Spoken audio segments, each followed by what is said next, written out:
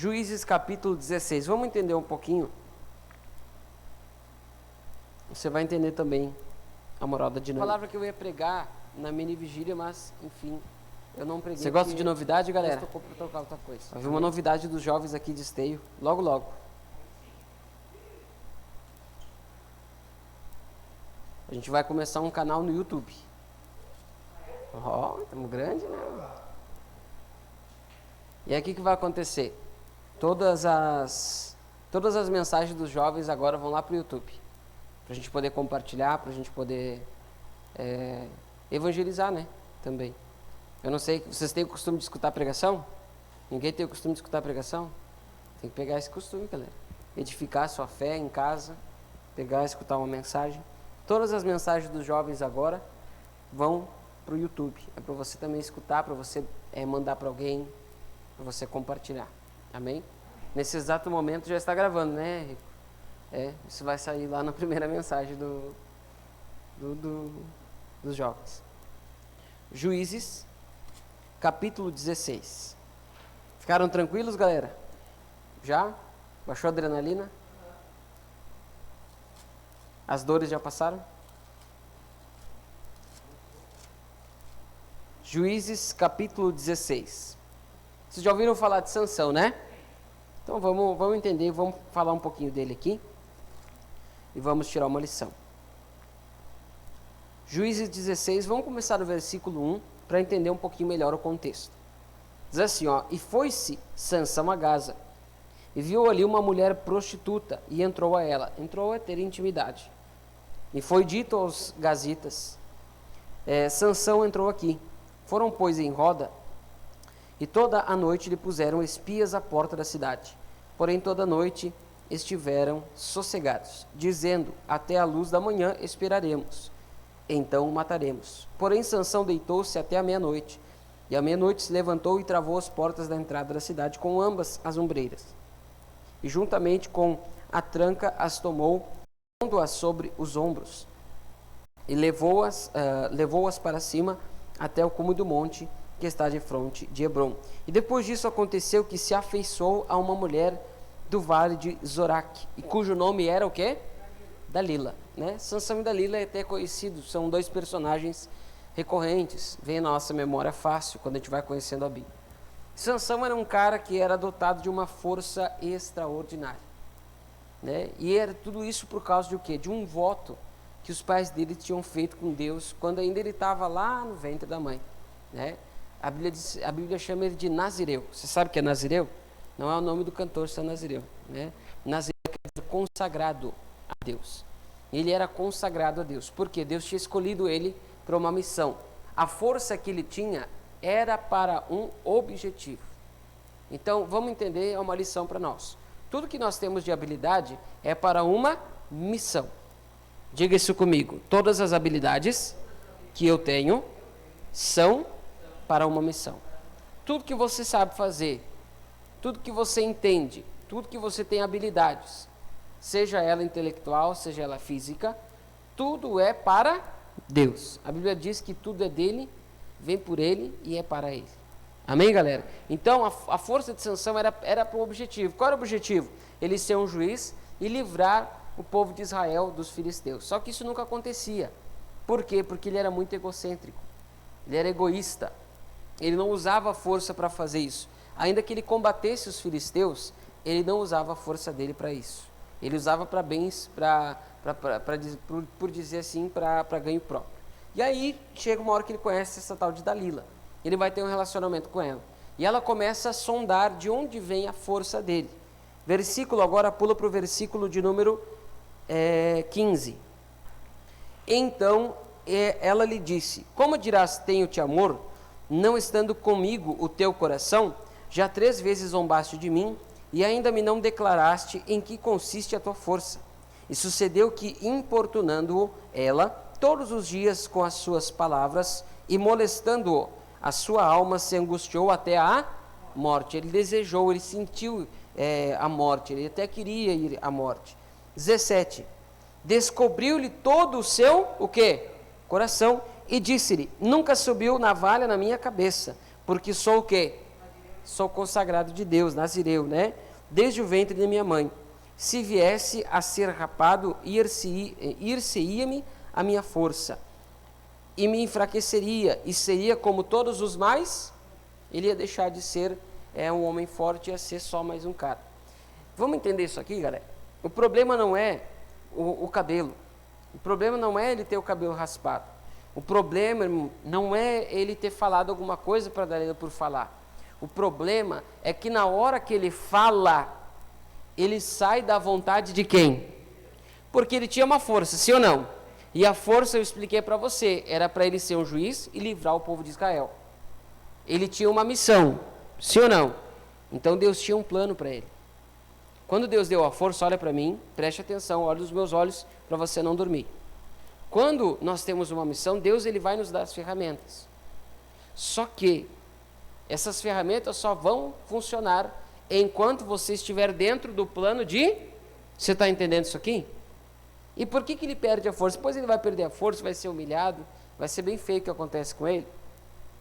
E por que ele perde a força? Não é simplesmente porque foi capada a cabeça dele, cortaram as tranças, ele tinha 7 tranças. Não, foi porque na hora que ele falou, ele saiu do plano de Deus.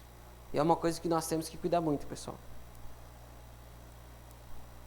Nós não podemos sair do que Deus tem para nós. Você tem que aprender a viver a sua vida conforme o plano de Deus. E o que é o plano de Deus para mim? Se você não sabe, nem eu vou saber. Porque só você pode descobrir isso. Eu não tenho como descobrir para você. Você está entendendo, pessoal? Sim ou não? Você tem que cuidar. Tem muita pessoa saindo do plano de Deus, e aí quando a gente sai do plano de Deus, a gente não tem não tem um cuidado de Deus.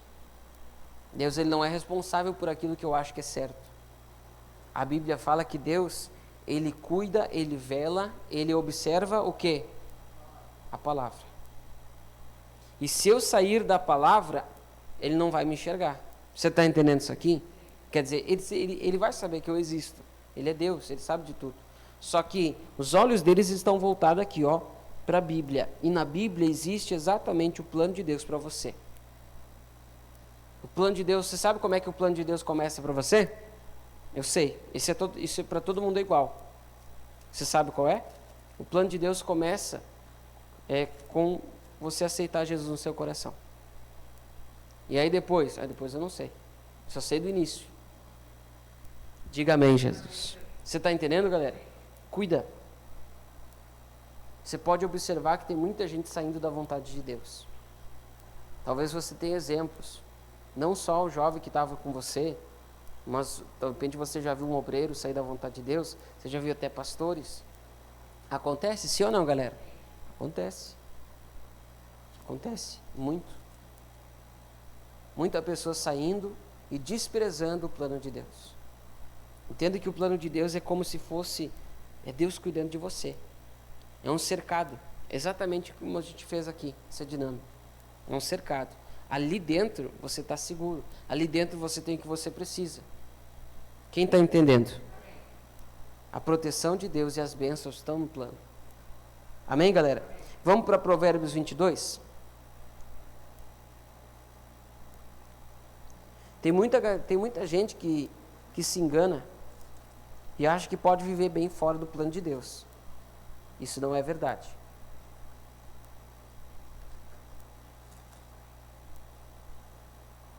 Não, mas para mim vai dar certo. Mas para mim isso, mas para mim aquilo. É que comigo vai ser diferente. Não é a vontade de Deus? Por que você está saindo? Cuida, galera. Cuida que o diabo está louco para enrolar a gente assim. E você sabe o que é sair do plano de Deus? Não é você sair da igreja. É você estar na igreja, mas não fazer o que Deus quer que você faça. É você, por exemplo, sentir no seu coração o chamado de você ser um obreiro, por exemplo, só que você fica ali a vida inteira sentado no banco da igreja. Quem está entendendo? Não é sair da igreja. Hoje em dia o diabo nem se preocupa em tirar a pessoa da igreja. A pessoa sai sozinha. Né? Ele quer mais ferrar a pessoa com plano. Amém? Provérbios 22. Versículo de número 28. Olha o que diz aí, ó. Não removas o quê? Os limites antigos. Que fizeram quem? Quer dizer, olha só, que ele está falando de limitação. Ele está falando de limite, assim, ó. Preste atenção para você não tirar o limite. Você não pegar o cercado e botar ele para o lado. E ele está dizendo que são limites antigos. O que quer dizer isso? O que é o mais antigo de nós aqui?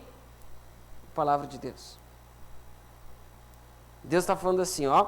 Não passe para fora disso aqui. Não passe para fora do que eu tenho para você. Porque fora, aí é perigoso. Se, por exemplo, você sai de madrugada a caminhar na rua, por quê? Vai dar problema. Sim ou não?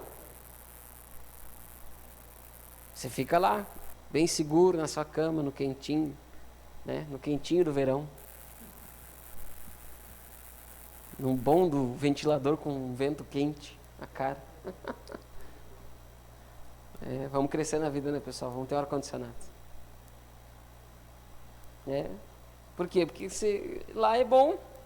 Lá você está aconchegado. Aprenda a fazer o plano de Deus isso. No lugar onde você se aconchega, você não sai. Porque se você sair é perigoso. Não removas os limites antigos. Que fizeram quem?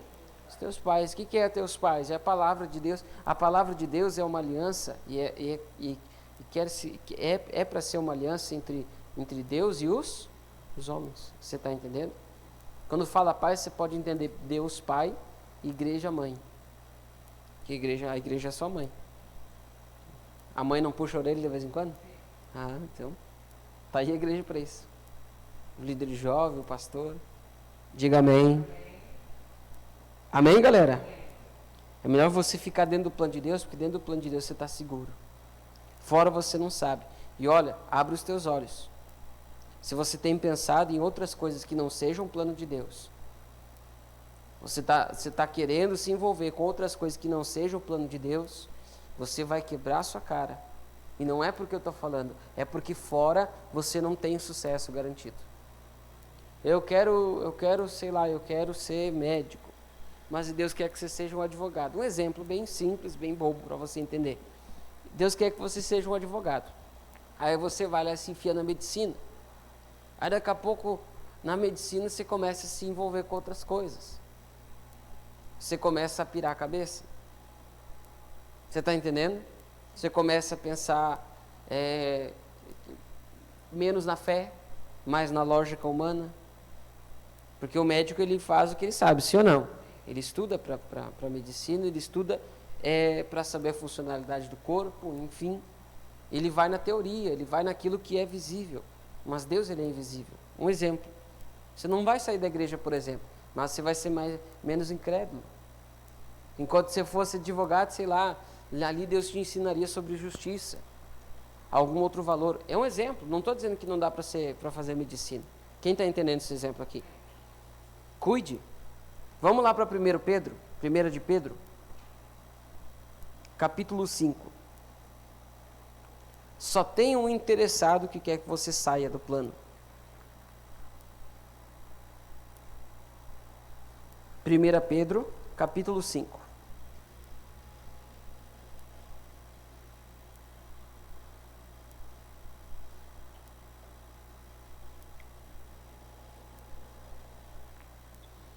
Primeira Pedro, capítulo 5. Versículo de número 8, eu creio que você conheça. E aqui eu vou te mostrar uma coisa que talvez você nunca entendeu. 1 Pedro, capítulo 5, versículo 8. Vamos ler todo mundo junto? Você tem voz? Então vamos lá. Então diz aí, ó. Sede. Que mais? Por quê? Que mais? Anda onde? Fazendo o quê? Buscando? Sejam sóbrios. Ser sóbrio é uma pessoa vigilante, que presta atenção, que não é tapada, né? Falando espiritualmente. Sede sóbrios e vigiai. Porque o diabo, o que ele é nosso? Essa é a marca do diabo. Ele é nosso adversário. Mas pensa comigo, ele não luta só contra a minha vida. Aprenda a pensar uma coisa, galera. Você que faz a obra de Deus também. Você não pode pensar numa parte. Você tem que pensar no todo. É assim que Deus pensa. Deus, ele pensa assim, ó. Por que eu vou deixar uma pessoa dentro da igreja que vai fazer uma confusão, vai virar um inferno na igreja? O que o próprio Deus faz? Ele tira. Lá em João capítulo 15 fala isso. Aquela vara que não dá fruto, o que o lavrador faz? Tira. Mas aquele que dá fruto, ele limpa para que dê mais. Você está entendendo isso aqui? É um exemplo. Deus, ele não pensa só, o John, a Gabriele, o Lucas. Não, ele pensa na igreja, no corpo. Quem está entendendo isso aqui? Então pensa, se eu tenho um adversário, ele luta só contra mim? Não, ele luta com todo. Agora vamos pensar mais um pouquinho. Se ele luta contra o todo, ele não luta contra o seu propósito? Ele não luta contra o seu plano? Porque muitas vezes o seu plano pode alcançar muito mais pessoas. Quando o diabo consegue arrancar alguém da igreja, desviar mesmo, ele não está prejudicando a vida da pessoa. Ele está tentando prejudicar a obra de quem? De Deus. Por isso que é importante você aprender a pensar no plano de Deus, não só como seu. Tem muito mais por trás. Tem pessoas que você vai alcançar. Tem pessoas que dependem da pregação, que talvez vai sair da sua boca. Tem pessoas que dependem de um atendimento que você vai dar. Tem pessoas que dependem de um abraço que você um dia vai poder dar nela. Mas não um abraço qualquer, um abraço de Deus. Quem está entendendo isso aqui? Agora pensa, se o diabo, teu adversário, consegue te tirar do plano, não está tudo acabado? O diabo, vosso adversário, anda em derredor, quer dizer, você está entendendo? Ele anda na volta. Vamos dizer que aqui, o púlpito aqui, ele é o plano. Eu estou aqui. O diabo anda onde? Porque no plano eu estou tranquilo. No plano, lembra que tem os limites? Se eu não remover o limite, tá bom. Eu estou guardado, eu estou seguro, eu estou bem. Não fique pensando assim, mas se eu ficar no plano eu vou sofrer. Tem gente que acha que as coisas que Deus tem preparado são ruins. O plano de Deus, eu vou ter que abrir mão de tal coisa, mas é bom abrir mão, vai valer a pena. Porque na hora que você abre mão, Deus te dá outra coisa. Você está entendendo, galera? Sim ou não? Então ele anda em volta, eu tenho os limites me guardando. O limite é o plano, eu estou dentro do plano. Só que a Bíblia diz que ele anda de redor bramando como? Ele não é, mas ele brama como um. Imagina você acordar de manhã na sua janela, vamos supor que você morasse numa casa, no pátio da sua casa, quando você vai acordar, você escuta um rugido de leão. O que você ia fazer? Ai, meu Deus. Mãe! Ô mãe! Ia dar um medo. Sim ou não? Tem uns que iam ficar meio curiosos, mas ao mesmo tempo ia dar um medo. Você está entendendo? E é isso que o diabo faz. Ele tenta injetar em nós um medo daquilo que Deus tem para nós. Ele tenta injetar dentro do nosso coração um temor por aquilo que Deus já tem reservado para a gente. Diga amém, Jesus. Você está entendendo, galera? E diz aí, que mais? Bramando como leão, buscando a quem possa o quê? E aí, quando ele assusta e consegue assustar você, você sai do plano, ele está na volta, ele pega e cata você e já era. Te tirou do plano. Você saiu. Você abriu a porta e saiu. Aí você não está cuidado, você não tem bênção, você não tem proteção. Amém, galera? Abre os teus olhos. Quem é que lembra daquele dia que eu preguei o plano B? Quem é que lembra aí? Foi forte, muito jovem lembra ainda. O plano B foi forte. É tipo isso. Na hora que eu saio, eu estou saindo até porque eu já estou pensando em outra coisa. Quero fazer outra coisa da minha vida. Quero priorizar outras coisas. Vamos para Lucas capítulo 15. Entenda, Deus não prioriza só uma vida, Ele prioriza o reino de Deus. O reino é uma prioridade. Hoje em dia muita gente fala do reino, né? É tudo para o reino. Tá certo. Temos que pensar no reino, no todo. Pense que toda vez que você, por exemplo, se consagrar, orar, jejuar, vir na igreja, o evangelho vai estar ganhando. O reino de Deus vai crescer. Ah, mas eu estou fazendo para mim, mas você não sabe a proporção da obra de Deus. Lucas capítulo 15. Eu creio que você conhece esse cara aqui. Lucas 15. Versículo de número 11. Tem um título aí? Filho pródigo, né? Lucas 15, 11. Diz assim, ó. Um certo homem tinha 2 filhos. E o mais moço deles disse ao pai: Pai, dá-me a parte da fazenda que me... Ele estava errado em pedir isso? Não. Às vezes tem gente que descasca ele, que fala mal do filho pródigo, mas ele não estava errado. Tem outro problema, mas ele não estava errado em pedir aquilo. Mas enfim, outro dia a gente prega sobre isso. Versículo finalzinho do 12, ó. E ele repartiu por eles a fazenda, né? Entre o mais moço e o mais velho. E poucos dias depois, o filho mais novo, ajuntando tudo, partiu para uma terra longínqua. E ali desperdiçou a sua fazenda, vivendo dissolutamente. Então olha aqui para mim. O filho mais novo vai lá, chega para o pai: Pai, eu quero a parte que é minha. E ele não estava errado. Aí ele pega. Aí por ele não saber lidar, ele passa alguns dias, ele arruma as trouxas dele e vai. Quando ele vai embora, ele está saindo rico ou pobre? Rico. Era uma fazenda. Ele ganhou metade do que o pai tinha, né? Era bem valorizado, por exemplo, um boi, uma ovelha naquele tempo. Vamos supor que ele ganhou, sei lá, umas 50 ovelhas, uns 40 boi, olha, já saiu grandão. Você vê que quando a gente sai do plano de Deus, a gente sai até com status. A gente sai conhecido como, não, fulano sabe fazer tal coisa. O fulano, ele entende bem disso, ele vai se dar bem com aquilo. Só que a Bíblia diz, no finalzinho do versículo 13 aí, ó. E desperdiçou a sua, vivendo dissolutamente. Desperdiçou tudo que ele tinha, vivendo de qualquer jeito. 14.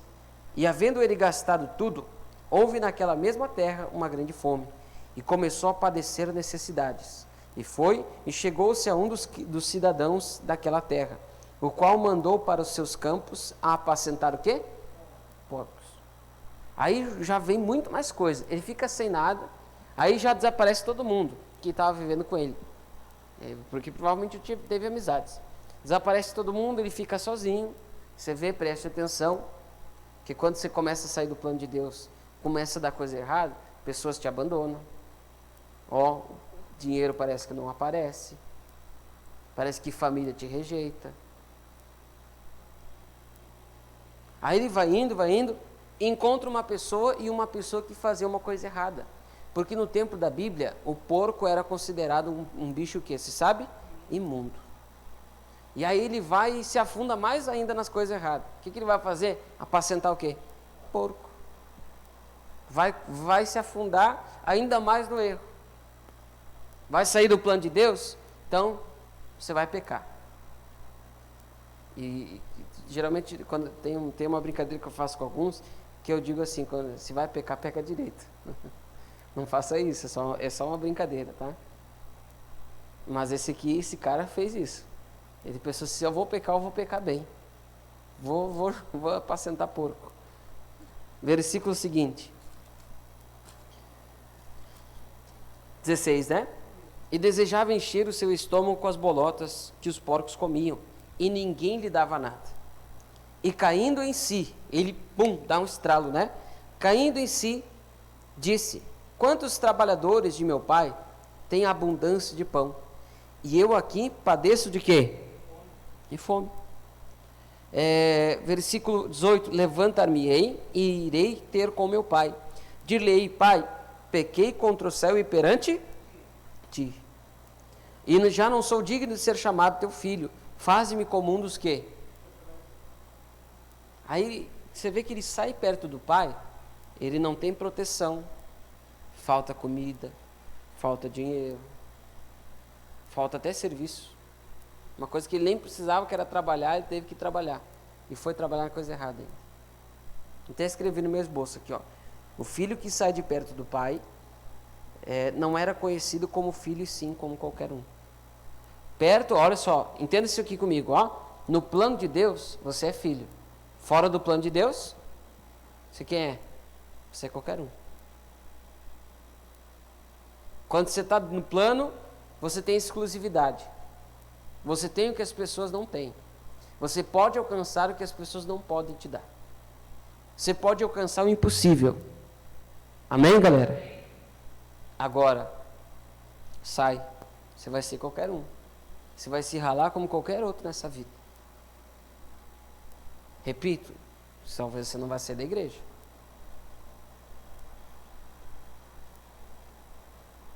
Você vai passar talvez a vida inteira na igreja também. Mas não vai ser feliz. Ele estava feliz? Mas ele não saiu rico? Ele não gastou tudo? Não viveu com... a Bíblia fala que ele gastou até com meretriz, com prostituta. Conheceu os prazeres da vida. Até foi feliz. Por uma fração de tempo. Passou. Cai na real. Antes de você sair. Se frague antes que você vai prejudicar a sua vida. Pare de gastar o seu tempo com aquilo que você não tem que gastar.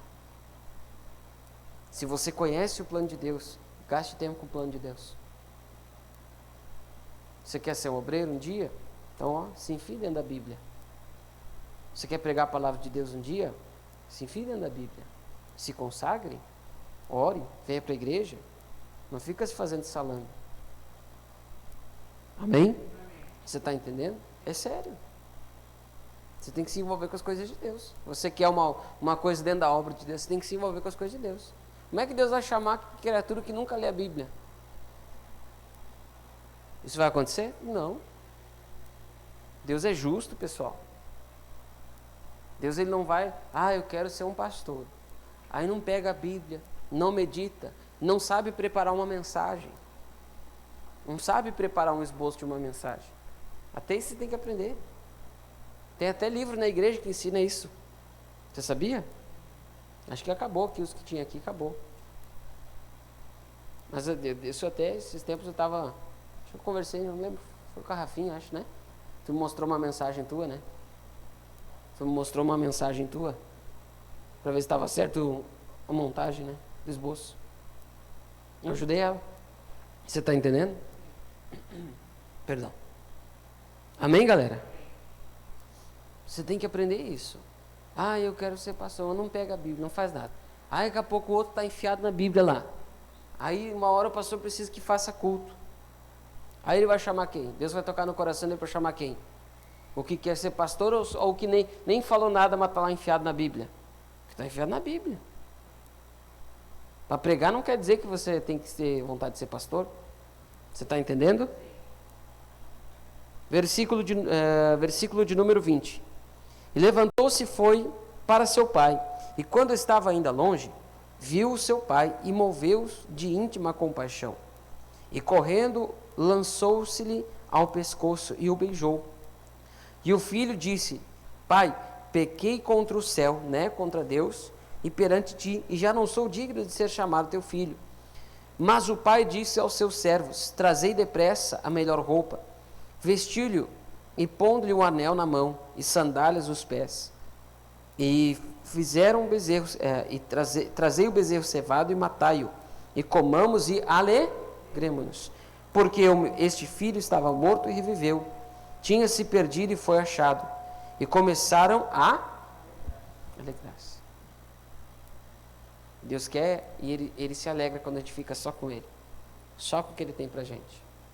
Amém, galera? Guarda isso no teu coração. Não saia do plano divino.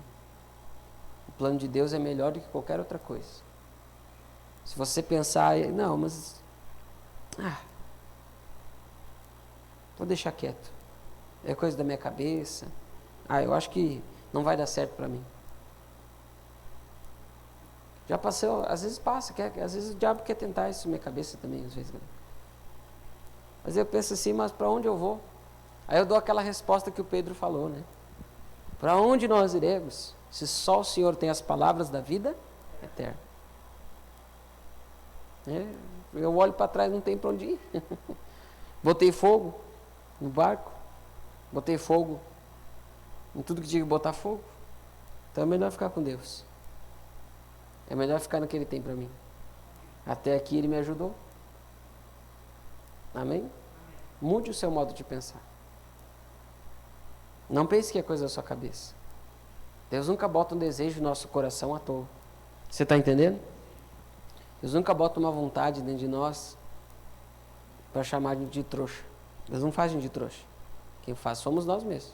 Ou o homem. Amém, galera? Quem entendeu a mensagem? Vamos ficar de pé? Vamos orar?